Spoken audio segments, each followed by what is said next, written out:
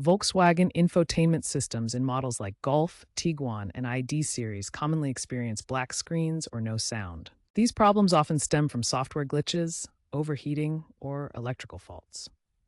For a black screen, try a hard reset by holding the power button for 10 to 15 seconds.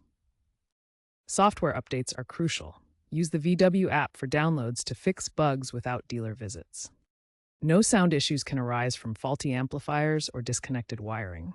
Check fuses and wiring. Overheating, especially in hot climates, can cause problems. Parking in the shade can help.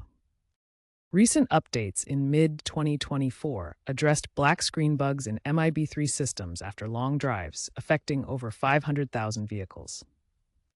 If problems persist after a reset and update, consider checking error codes via CarNet. Codes like U0126 indicate communication failures.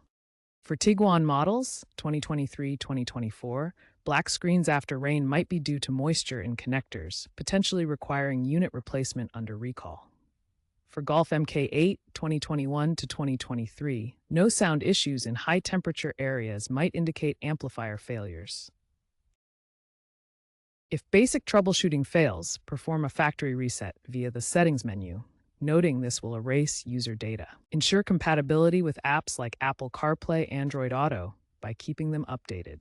Trends indicate a shift toward cloud-based infotainment with AI, reducing hardware failures. VW's ID models like ID.4 and ID3 feature more robust systems with faster processors, lowering issue rates. Future advancements include full electrification and 5G connectivity for real-time diagnostics, potentially eliminating resets via predictive maintenance.